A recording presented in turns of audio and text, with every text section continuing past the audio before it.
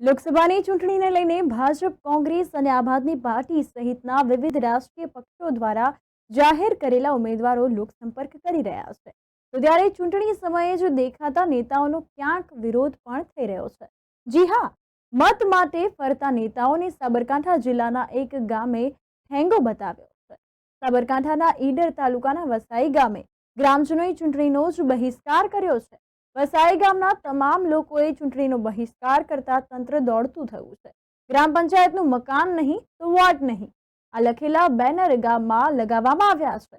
તો ઘણી વખત નેતાઓ ચૂંટણી સમયે આપેલા વચનો ચૂંટણી જીતી ગયા પછી નિભાવતા નથી.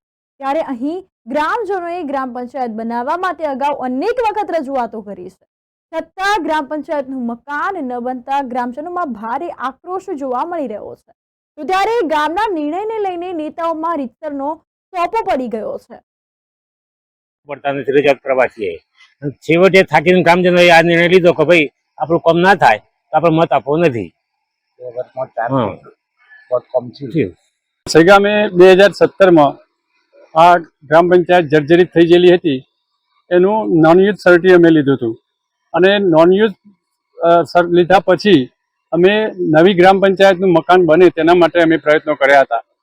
વારંવાર રજૂઆતો કરવા છતાંય, લેખિતમાં આપવા છતાં, મૌખિકમાં આપવા છતાં, રૂબરૂ ઊંચી સરકારી કચેરીઓમાં રજૂઆત કરવા છતાં પણ કોઈ પરિણામ મળ્યું નહોતું. છેવટે 2022માં અમને વર્ક ઓર્ડર આપવામાં આવ્યો.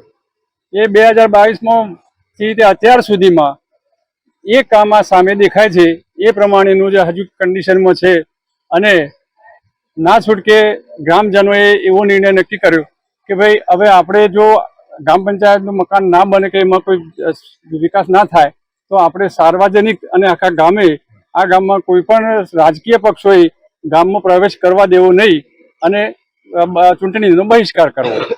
આ રીતે અમારા ગામ લોકોનું આયોજન કરેલું છે. વસાઈ ગામમાં જે અંદર સત્તાધીશોને, રાજકારણીઓને પક્ષનો ગામમાં આવવાનું ના કરવાનું બોર્ડ મારવામાં આવે છે. હા સાહેબ, આ સાબરકાંઠા જિલ્લાના ઈડર તાલુકાનું વસઈ ગામ લગભગ 2016-17 થી પંચાયત બહુ અમારી જર્જરિત થઈ ગઈ હતી. એક બે વાર તો ઉપરથી દાબાના થેપડા પરેલ પડીને અને તલાટી શ્રીને પણ થોડીક ઈજા થયેલી.